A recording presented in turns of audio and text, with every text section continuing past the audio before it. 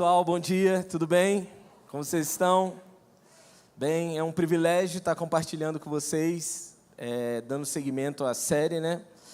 E como o Douglas falou, a oração ela não é só um detalhe na vida da igreja. A verdade é que a igreja que mais coopera com o plano de Deus, quando nós olhamos a realidade de Apocalipse, a igreja que mais coopera nas dinâmicas que vão acontecer antes da volta de Jesus é uma igreja que ora. Não é simplesmente uma igreja que ela é boa de fazer um marketing, não é simplesmente a igreja que tem capacidade de fazer coisas, de promover algo, mas é uma igreja que ora. E eu acredito que Deus está nos levando para esse lugar, Deus está nos atraindo para crescermos, para cultivarmos uma vida de oração vibrante. Quantos querem experimentar dessa realidade? Que à medida que você ora, você conhece mais da presença de Deus, você se relaciona, mas você também compartilha com os outros dessa realidade. Amém?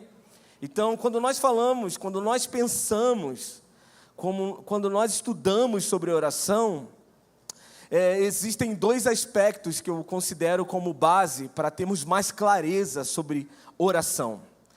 E esses dois aspectos, eles têm desdobramentos, outros aspectos eles vão aparecer mais, mas eu considero esses dois como bases para termos mais clareza sobre oração. E o primeiro aspecto sobre oração, que eu quero começar falando com vocês, é o que nós chamamos de oração contemplativa. É aquele tipo de oração que quando você começa a orar, você começa a experimentar da consciência da presença na medida que você ora. É a consciência da presença de Deus no seu interior. Feche seus olhos aí onde você está. Respire fundo e fala assim: Cristo em nós, Cristo em mim. É uma consciência dessa presença, meus irmãos. Você pode abrir os olhos.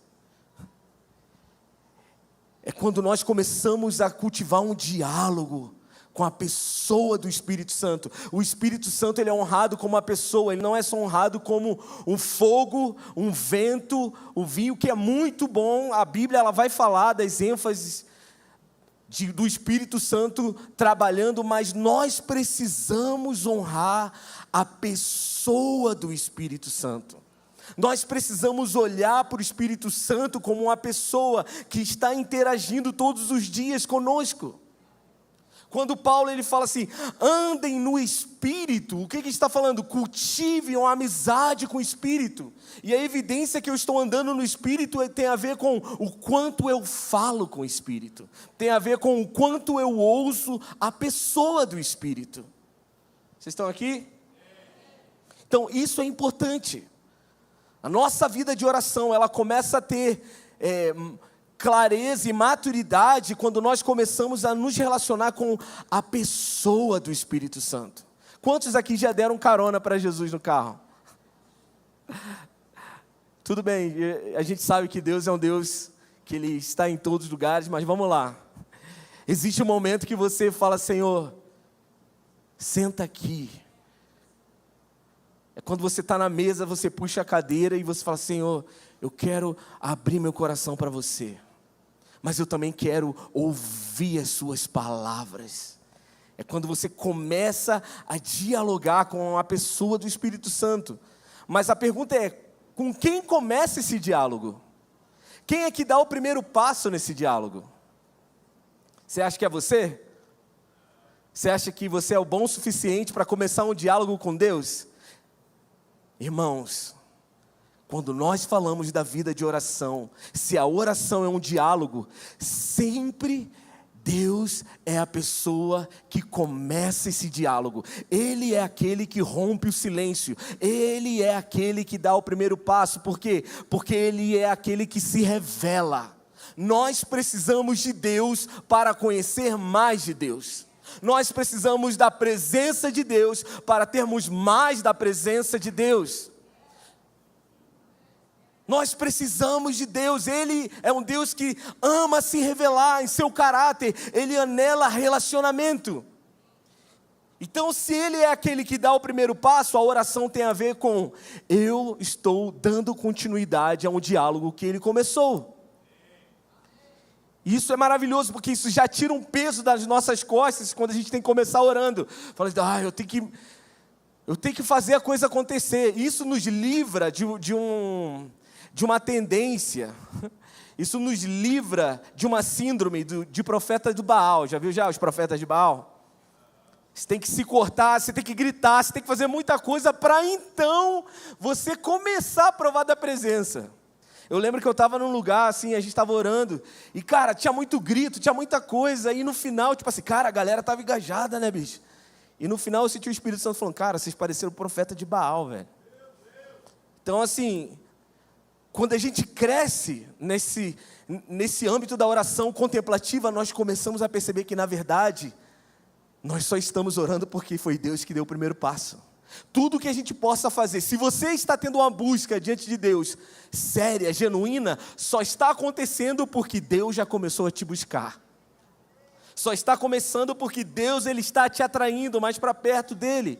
Então, toda busca que você possa ter por Deus, por mais sincera que ela seja, ela precisa ser tomada por um profundo senso de humildade. É Deus que me atrai. É Deus que se revela, mas isso também fala de um privilégio, que é, Deus quer se revelar para mim, Deus quer se revelar para nós, e Ele está comprometido em se fazer conhecer. Estão comigo? Então nós precisamos crescer nesse aspecto da oração de contemplar. Tem a ver com, eu paro e ouço a sua voz. A oração não tem a ver com o quanto a gente só fala. Não tem a ver o quanto a gente pode decretar, o quanto a gente pode expressar, mas começa com ouvir a voz de Deus. Calar os ruídos externos, internos. Calar as vozes da acusação e simplesmente estar parado com um silêncio ativo de que Deus deseja falar comigo.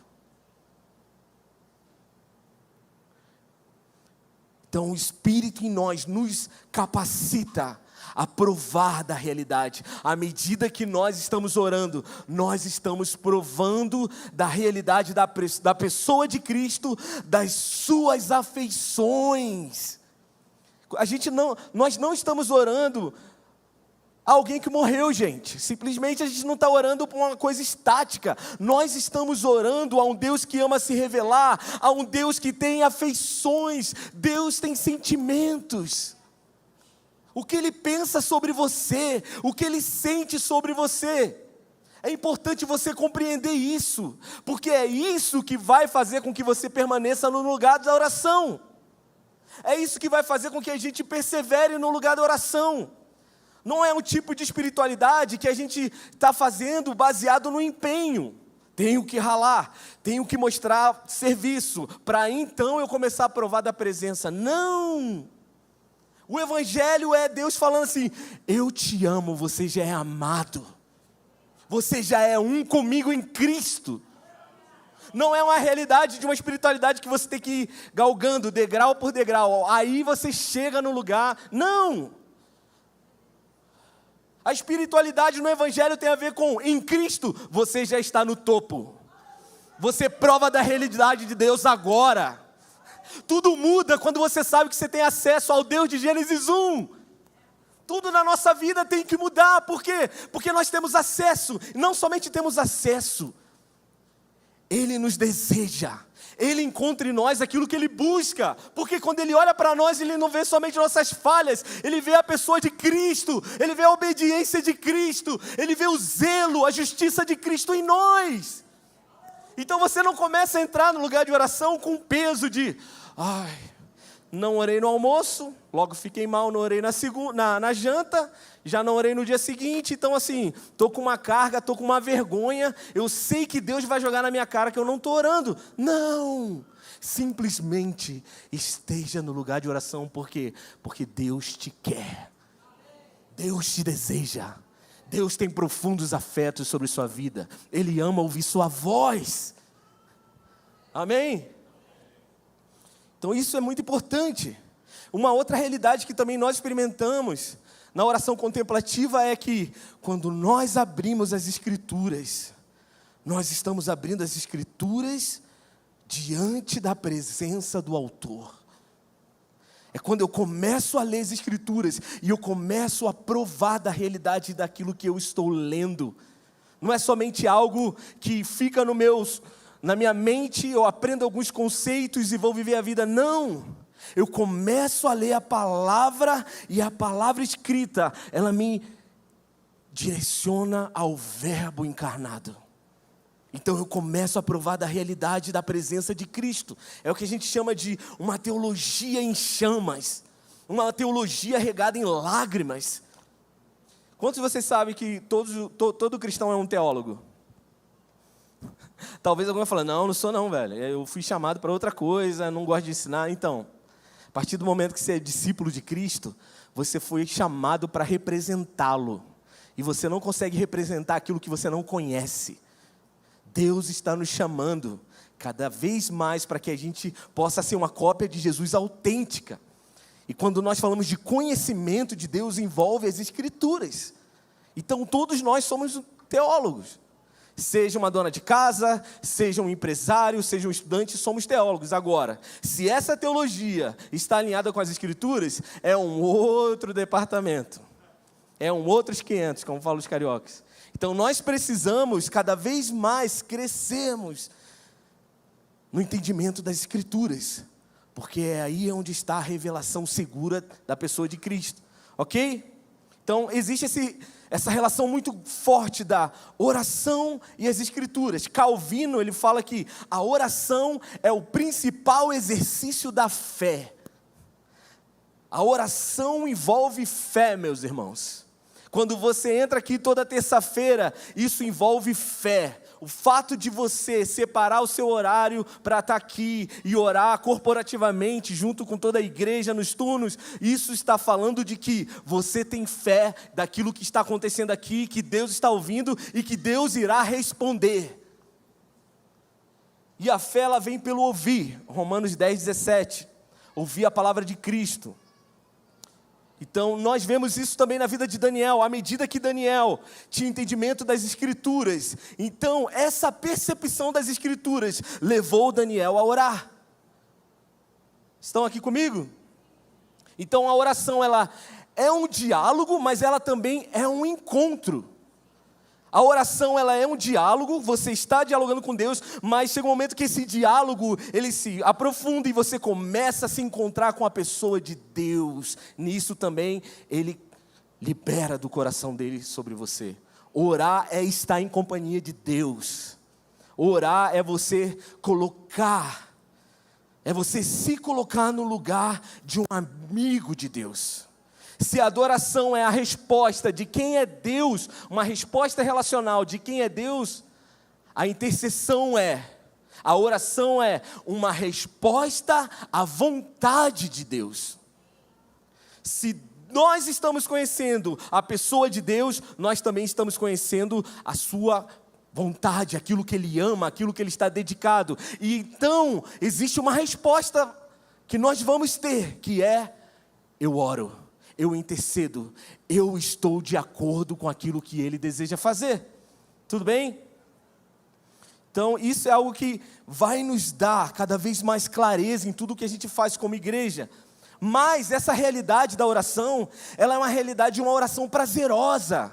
Não é uma realidade de oração de um peso, de uma tonelada que você tem que fazer, tipo assim, nossa, ai, que peso, velho. Não.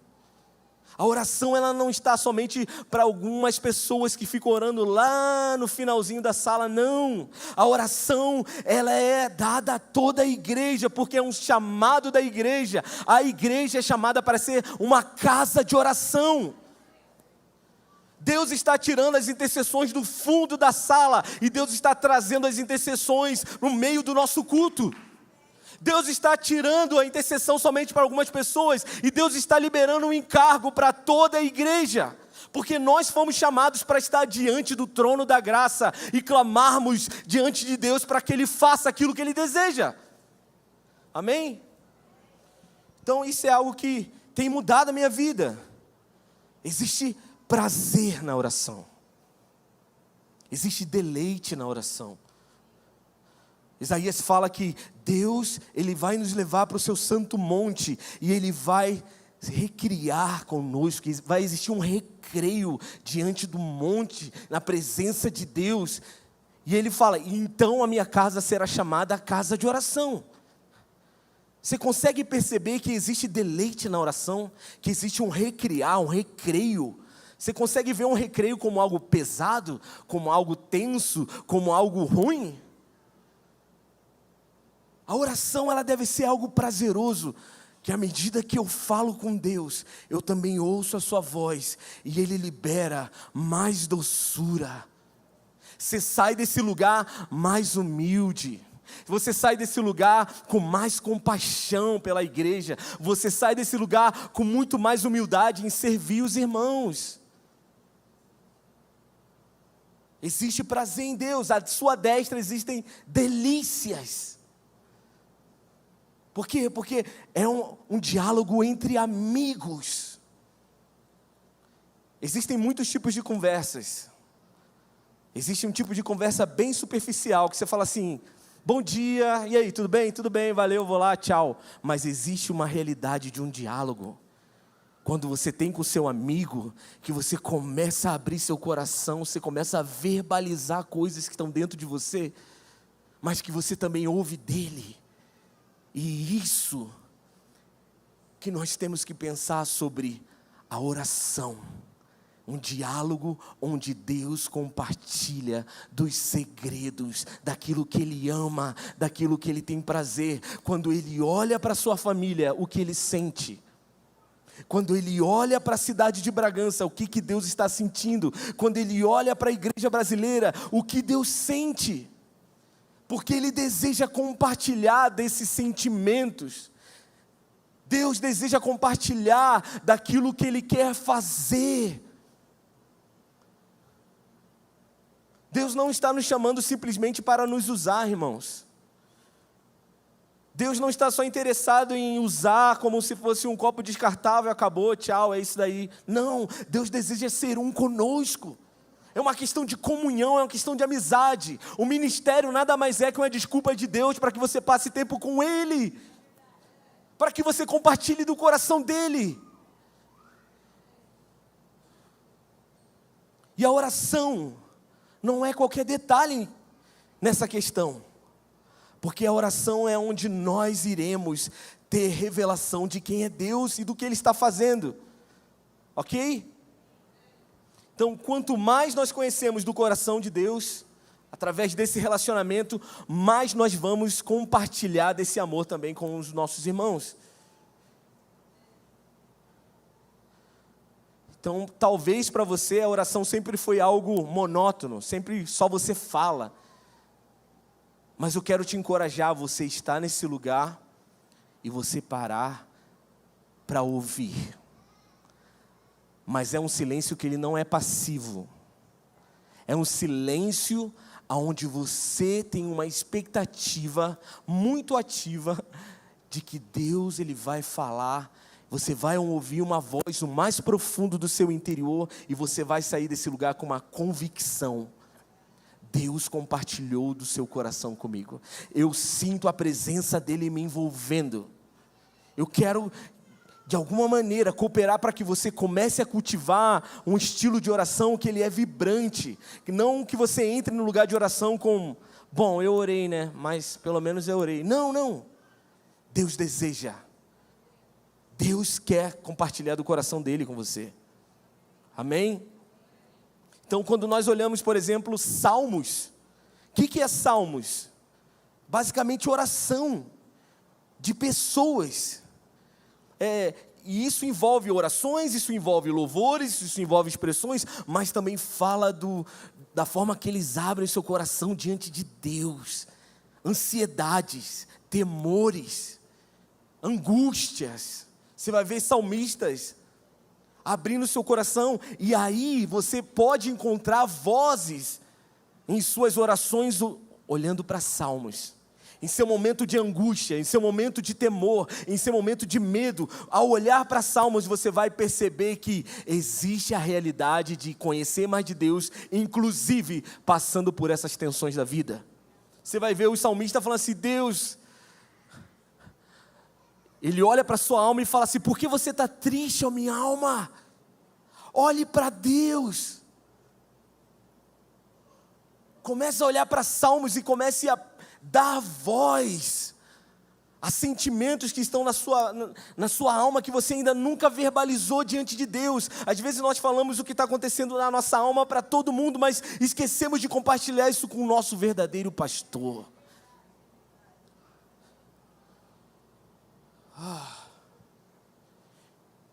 Ainda que você está passando por tensões da sua vida, existe um desejo que Deus colocou dentro de você, existe um anseio, e esse anseio é o suficiente para que você comece a dar passos práticos em crescer na vida de oração. Deus, Ele pode usar dessas tensões da vida para te gerar mais quebrantamento, maior consciência da sua dependência da presença dEle. Deus nos leva a esse lugar de dependência, então Ele arranca tudo da nossa vida, Ele permite muitas coisas, até que nós possamos aprender que Ele é tudo que nós realmente precisamos. Deus quer nos levar a um momento de lágrimas. Corey Russell, em seu livro, ele fala que as lágrimas são orações líquidas. Tem coisas que você não consegue verbalizar, mas o fato de você estar entendendo que Deus está te levando para um lugar de humildade, essas lágrimas, elas podem ser uma evidência que Deus está te mostrando o que a sua justiça própria nunca pôde fazer. Talvez o fato de você querer ficar se explicando muito para as pessoas, o fato de você querer conservar muito a sua reputação, é Deus querendo te dizer, ei, você depende de mim para tudo, nunca se esqueça disso. Deus está levantando uma igreja que está no lugar de oração em quebrantamento. Quanto mais quebrantamento, quanto mais choro e lágrimas diante de Deus, mais nós vamos ter a consciência da presença de Deus e o quanto nós somos dependentes dEle. Deus está nos levando para um lugar de quebrantamento. Mas também tem um outro aspecto da oração, que nós chamamos de oração intercessória, que é quando nós nos achegamos ao trono da graça. Hebreus vai falar disso, daqueles que comparecem perante o trono da graça. Quantos lembram da oração do Pai Nosso? O Pai Nosso que estás nos céus. Então isso fala de um lugar de transcendência, isso fala de um lugar sublime, um lugar que Deus habita, o Todo-Poderoso. Então, porque Ele tem toda a autoridade, porque Ele é soberano sobre todas as coisas, nós podemos ter a confiança de que nossas intercessões, elas serão respondidas. Nós podemos ter confiança que nós não estamos orando para qualquer pessoa. Nós estamos orando para um Deus que Ele sabe de todas as coisas, Ele é ilimitado e não existe nada que possa impedir o seu agir na terra. Isso é maravilhoso. Hebreus vai falar disso. Ei, se acheguem confiadamente, clamem diante de Deus. E eu quero te mostrar a simplicidade, porque orar na verdade é um negócio muito simples. Você não precisa ser o especialista em linguística para então você começar a formar orações, para que então Deus possa se agradar. Não, é algo simples e profundo. Por que profundo? Porque você está orando diante de um Deus que é rei sobre todas as coisas, mas Ele é simples. Para Deus importa as orações simples, irmãos. Deus se agrada de orações simples. Talvez você não tenha muita coisa para falar, simplesmente Deus, libera mais da sua presença aqui. Uau, ponto! Isso é maravilhoso. Agora pensa comigo, imagina comigo, a cidade aqui de Bragança. Imagina seu bairro, ok? Pensa em problemas que estão acontecendo no seu bairro. Pensa em problemas que você queria solucionar. Estão comigo? Seja qual for. Seria muito bom se você tivesse um tempo com o prefeito da cidade, não seria? Seria muito bom você chegar perto dele e começar a falar de várias coisas que você está vendo. E ele pudesse ouvir e solucionar isso. Sim ou não? Ok. Mas você sabe que não é tão simples assim, né? Ele não é qualquer pessoa, é uma pessoa super ocupada. Existe todo um procedimento para você chegar até ele. E muito provável que no fim você não vai nem trocar nenhum bom dia com ele. Agora, pensa que se você tivesse acesso agora ao presidente da República, e assim, gente, esquece o lado político, eu estou falando da função do presidente, aquilo que ele representa para a nação, a autoridade que ele tem, a autonomia. Fala aí se não seria bom. Se você falasse com o presidente da República sobre o que está acontecendo no seu bairro, ou seja, cara, a possibilidade de resolver seria muito maior, porque tem muito mais recurso, tem muito mais autonomia. Faz sentido? Imagina agora as influências, as autoridades do mundo, se você pudesse ter essa conexão com essas pessoas, ficaria muito mais fácil ou não? Agora, imagine as maiores autoridades do mundo hoje, sei lá, Trump, Biden, Putin. Eles não são nada comparado a uma senhora que entra no quarto e se coloca de joelho clamando diante do trono da glória. As intercessões que são geradas diante do trono de Deus têm muito mais eficiência do que qualquer network que você possa querer fazer, meus amigos. Olhar para a realidade da nossa cidade, olhar para a realidade do mundo, não tem que te gerar simplesmente o desespero, mas tem que te gerar a coragem para estar diante de Deus, sabendo que Deus deseja transformar a realidade onde nós estamos inseridos, e Ele escolheu uma forma, e a forma é: se acheguem diante do trono da graça e clamem e peçam por isso. Estão comigo ou não? Mas infelizmente no cantinho lá da nossa mente a gente ainda quer, seria muito bom se eu tivesse acesso a tal pessoa e essa pessoa tivesse um network muito bom e a gente conseguisse mover os pauzinhos para então solucionar. Não! Nós temos acesso a Deus. Nós temos acesso ao Rei soberano sobre todas as coisas. Deus deseja transformar a realidade do nosso bairro.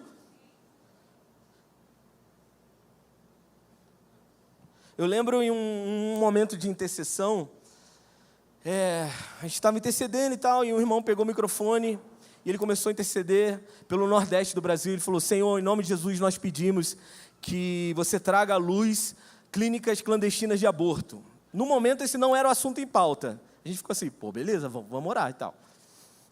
Só que aí, velho, a gente não entendeu muito na hora. Aí no dia seguinte, cara, saiu uma nota da Polícia Federal, falando que fez uma investigação e descobriu várias clínicas clandestinas de aborto. No momento a gente viu isso aí e falou: caraca, Deus está ouvindo nossas orações, mas não somente ouvindo, Ele responde. Quando você vem aqui na terça-feira, meus amigos, essa tem que ser a sua expectativa. Nós estamos intercedendo coletivamente, porque nós cremos que Deus quer mudar a realidade da cidade, da igreja brasileira, por isso Ele nos ouve. Olha aí, João 15, 7. Se vós estiverdes em mim, as minhas palavras estiverem em vós, pedireis tudo o que quiserdes e vos será feito. Opa! Como é que é, querido? Tipo assim, Deus, olha isso daqui. Tudo será feito. Cara, isso choca com a gente, por quê? Porque a gente tem uma mania de orar de uma maneira muito genérica. A gente ora e fala assim, mas você que sabe. Seja feita a sua vontade. A gente não quer correr o risco de orar por coisas específicas, porque vai ficar muito claro se Deus nos ouviu ou não. Como que eu sei que Deus está nos ouvindo? Com nossas intercessões. É quando você ora e a coisa acontece, meu amigo. Mas a gente tem medo de permanecer orando, porque pode ser que Ele não responda de imediato, e logo pega mal, né? Aí o irmão vai orar: Senhor, traga a paz mundial. Parada super genérica. Tipo assim, caraca, velho, é difícil. Pode acontecer quando o anticristo vier, aí vai rolar uma certa coisa, mas assim, não vou nem abrir essa porta aí. Mas nós precisamos começar a orar coisas pontuais sobre a nossa cidade, sobre as nossas famílias, sobre a comunidade, família Desescope. Vamos orar de uma maneira objetiva, sem medo de errar, porque quando ele responder, a glória é dele. Se ele ainda não respondeu, a glória continua dele, porque nós queremos permanecer no lugar de oração. Tiago 4, 2 e 3. Olha o que ele diz: cobiçais, nada tendes, matais, e sois invejosos, e nada podeis alcançar. Combateis e guerreais, e nada tendes. Por quê? Porque não pedis. Tem muita coisa que nós não temos porque nós não pedimos. Aí alguém vai falar: mas no versículo lá, não tem porque pede mal. Tudo bem, mas pelo menos, cara, tem um primeiro erro ainda. A gente nem chegou no segundo. Tem um primeiro erro que é: peça. Peça. Esteja diante de Deus pedindo. Porque Deus não responde murmuração, meus irmãos. Deus responde oração. A Bíblia não diz que Deus fica respondendo críticas. A Bíblia diz que Deus responde orações. A Bíblia não diz que Deus só fica respondendo orações que estão no seu subconsciente. Não, verbaliza. Tem coisas que você está passando na sua vida, transforma esses sentimentos em orações diante de Deus. Pega esses pensamentos que te trazem ansiedade, transforma essas orações diante de Deus. Tem coisas que você não está entendendo, fala assim: Deus, eu não estou entendendo. Preciso de revelação. Transforma em oração e para de murmurar, querido. Isaías 30, 18 e 19, olha o que diz: por isso o Senhor esperará, para ter misericórdia de vós. Caraca, Senhor, por que não tem logo misericórdia? Não espera não, tem logo. Aí continua: por isso se levantará para se compadecer de vós, porque o Senhor é um Deus de equidade. Bem-aventurados todos os que neles esperam. Porque o povo habitará em Sião, em Jerusalém, não chorarás mais. Olha o que ele vai dizer agora: ele certamente se compadecerá de ti, a voz do teu clamor, e ouvindo-a, te responderá. Às vezes Deus permite a gente passar por muita coisa. Às vezes Deus permite a gente passar por muitos sofrimentos, até que a gente comece a clamar. Até que a gente deixa uma posição passiva. A depressão está acabando com a sua vida, mas não, você está lá sentado no sofá o dia inteiro. E Deus está assim: ok, eu estou te esperando. Eu vou deixar com que isso promova algo em seu interior, uma necessidade que você precisa de mim. Eu vou esperar para ter misericórdia. Mas por que você não tem misericórdia logo? Porque Deus estabeleceu um jeito de agir na nossa vida e na realidade da terra, que é: eu vou agir à medida que você conversa comigo. Deus, Ele age na base da conversa, meus irmãos. Ele ama dialogar, Ele ama conversar. E nesse processo de conversar, nesse processo de falar com Deus, Ele transforma o nosso coração além daquilo que nós estávamos esperando. Porque Deus deseja uma amizade sincera conosco. 1 João 5, 14 e 15, ele fala: esta é a confiança que temos nele, que se pedimos alguma coisa, segundo a sua vontade, Ele nos ouve. Essa passagem está dizendo de orem à vontade de Deus, porque Ele vai ouvir, Ele vai responder. Não é algo tipo numa loteria, tá ligado? Quando você ora, você fala assim: vou orar, mas nem sei se faz parte da vontade de Deus, mas vai que... Não! A vontade de Deus, ela está muito explícita. Deus não está brincando de ficar escondendo a vontade dEle, não, meu irmão. Deus não está brincando de pique-esconde com a nossa vida, não. Deus é um Deus que ama revelar. Deus, Ele tem uma vontade, e essa vontade está muito clara nas Escrituras.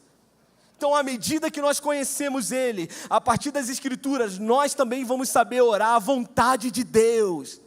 Você quer orar a vontade de Deus? Ore as Escrituras.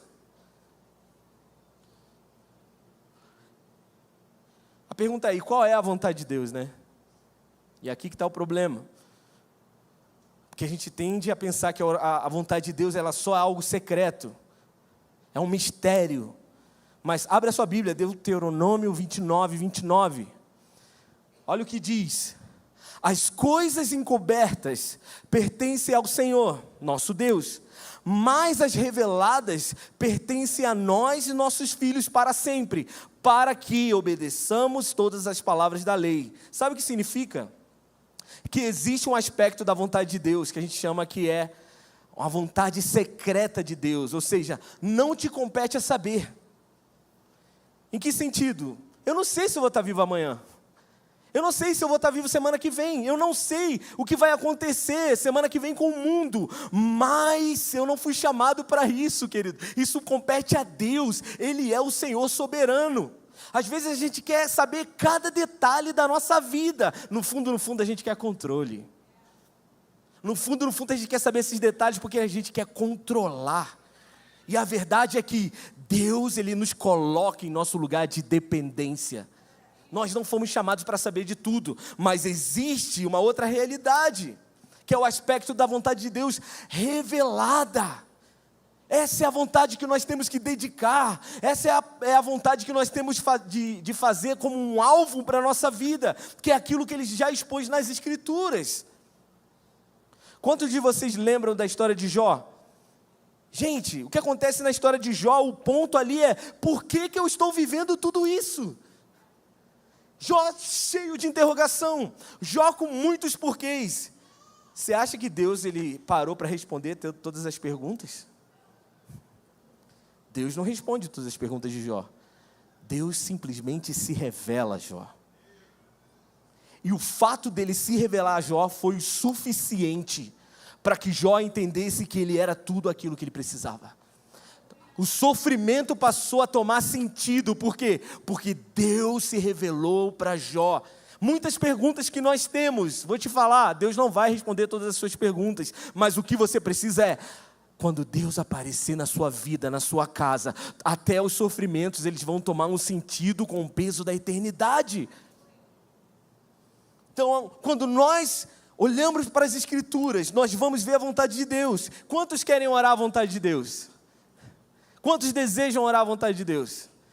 Cara, ore as Escrituras. O que a Bíblia fala.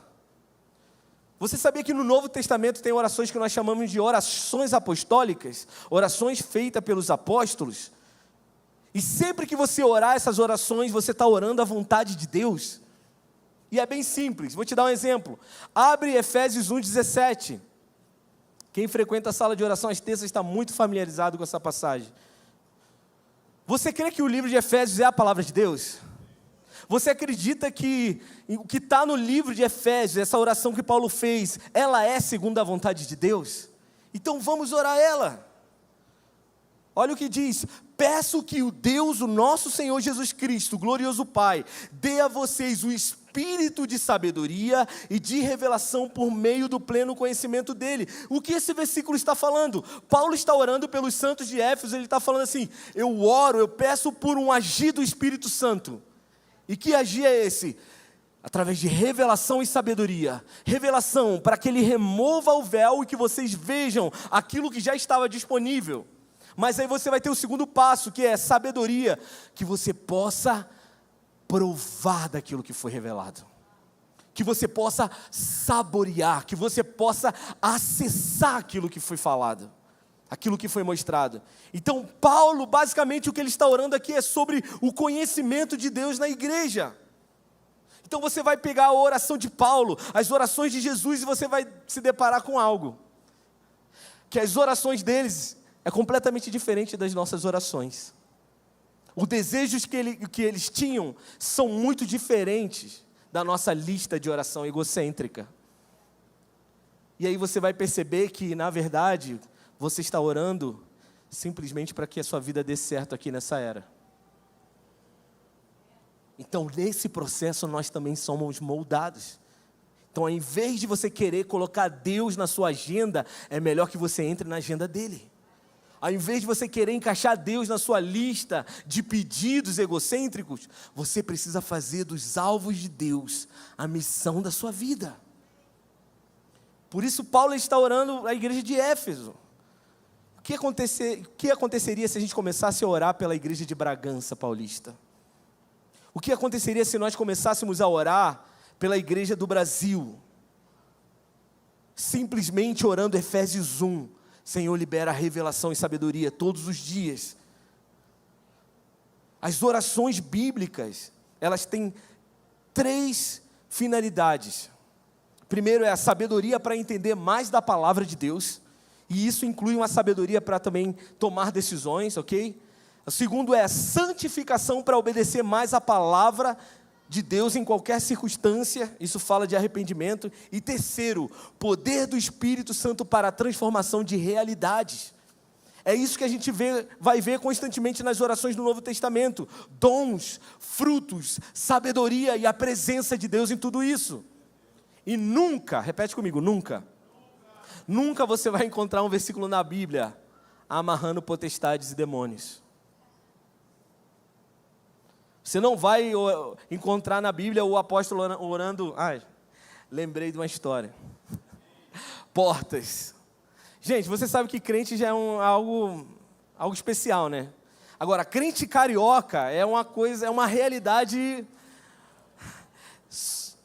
um nível excelso. Então, assim, um grupo de amigos, eles estavam aprendendo a orar, e aí... Tinha um irmão que ele estava dedicado a orar por Satanás, velho, para que Deus perdoasse Satanás. Ele estava dedicado a que Deus transformasse a realidade de Satanás. Mas assim, tem uma treta eterna aí, né, querido? Possível. Só que aí, no grupo, eles estavam aprendendo sobre batalha espiritual e tudo, né? Aí eles aprenderam, não, nós temos que amarrar primeiramente os espíritos territoriais. Vamos amarrar o espírito territorial. E aí começaram a orar, e aí um se levantou e falou assim... Eu dou ordem agora, bem carioca, eu dou ordem agora, que todos os demônios do Rio de Janeiro venham aqui agora. Querido, nem o Maracanã ia comportar isso daí, velho.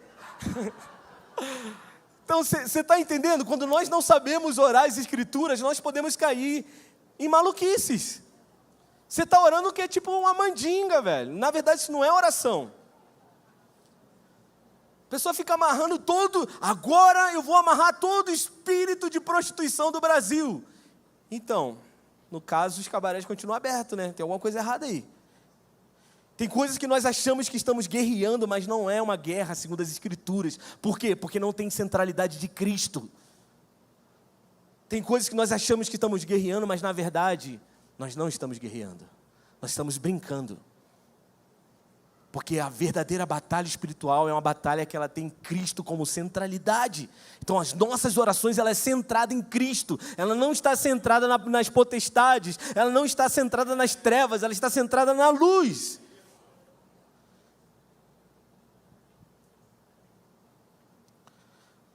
E outro aspecto é que você não vai ver uma oração de enfoque negativo, tá ligado? Aquelas intercessões, Senhor, o que está acontecendo com a tua igreja, Senhor? O poste está mijando no cachorro, meu pai. Você não vai ver, alguém falando assim, Senhor, e essa desunião no meio da tua igreja? Não, Senhor, libera a unidade. Essa falta de santidade, não, Pai, libera mais da sua presença. A gente não fica focando no que é negativo, a gente fica focando naquilo que Deus falou que vai fazer. Então eu queria te encorajar agora, você ficar de pé. Eu queria que a gente colocasse agora a mão na massa e a gente começasse a interceder, olhando para a igreja de Bragança Paulista. Vamos pedir por oração, vamos pedir em nossa oração ousadia na pregação do Evangelho, com sinais e maravilhas. E a base que a gente vai usar é Atos 4, quando diz, agora pois, ó Senhor, olhe para as suas ameaças e concede aos teus servos que falem a tua palavra com toda a coragem enquanto estendes a mão para curar e para realizar sinais e feitos extraordinários pelo nome do teu santo servo Cristo. E quando terminaram de orar, o lugar que estavam reunidos tremeu. Todos ficaram cheios do Espírito Santo e passaram a anunciar com coragem a palavra de Deus. Eu quero te convidar agora a você se juntar com a sua esposa, você se juntar com o seu irmão agora e começar a orar por coragem para pregarmos o Evangelho na cidade de Bragança Paulista. Feche seus olhos. Talvez muitos de vocês lutam com temor aos homens, com a vergonha. Talvez muitos de vocês lutam com timidez. Eu percebo o Espírito Santo nos levando agora a um lugar de coragem e ousadia para pregar o Evangelho. Valentia do reino de Deus. Começa a interceder. Você não veio para ver alguém intercedendo. Pais, nós oramos, Senhor, libera a valentia nos pais, Senhor. Pai, libera agora coragem e força nos pais para se posicionarem como sentinelas nas portas das suas casas. Ó Senhor, nós pedimos, Senhor, libera a valentia do seu reino, coragem do seu reino para se posicionar contra qualquer influência das trevas que tentam entrar em nossas casas. Nós oramos contra a ideologia de gênero, Senhor, em nossas casas, Senhor. Nós oramos, Senhor, contra qualquer tipo de filosofia que tenta dizer que a separação, Senhor, que o divórcio é algo normal, Senhor. Pai, chame, Senhor, os esposos desse lugar, Senhor, os maridos, para lutarem pela sua casa, para lutarem pelas suas esposas, para lutarem em favor dos seus filhos. Libere essa valentia agora, Senhor. Na criação dos filhos, nós oramos por sinais e milagres dentro das casas, Senhor. Nós oramos por sinais e milagres, Senhor, dentro da nossa casa. Deixe que os nossos filhos vejam isso, Senhor. Nós oramos para que os vizinhos provem dessa realidade. Nós queremos falar do Teu Evangelho com coragem, com ousadia, que só vem do Teu Espírito. Espírito de Deus, Espírito da glória, Espírito do fortalecimento. Chama os seus amigos, chama os sentinelas, aqueles que vão se colocar na brecha. Quando você olha para Bragança Paulista, Senhor, faça de casa a casa aqui, Senhor, um altar. Deixa-nos ser uma casa de oração 24 horas, 7 dias na semana. Nós oramos pelas autoridades dessa cidade, Senhor. Nós oramos por aqueles que vão tomar decisões, que vão influenciar o destino de Bragança Paulista. Libera agora temor do Senhor.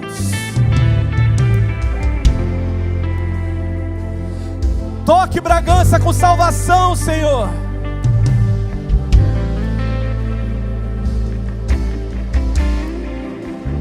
Libere um movimento de salvação nos jovens, nos adolescentes.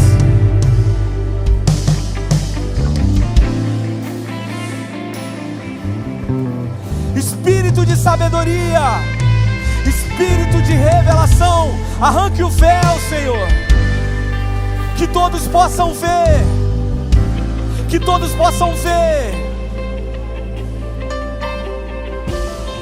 Deixa-nos ser cartas vivas diante de Bragança Paulista. Faça no que a família Desescope seja uma carta viva para a cidade de Bragança Paulista, Senhor. Que eles vejam a sua glória, que ao se encontrar com a nossa comunidade, eles se deparem com a sua presença. Chorará,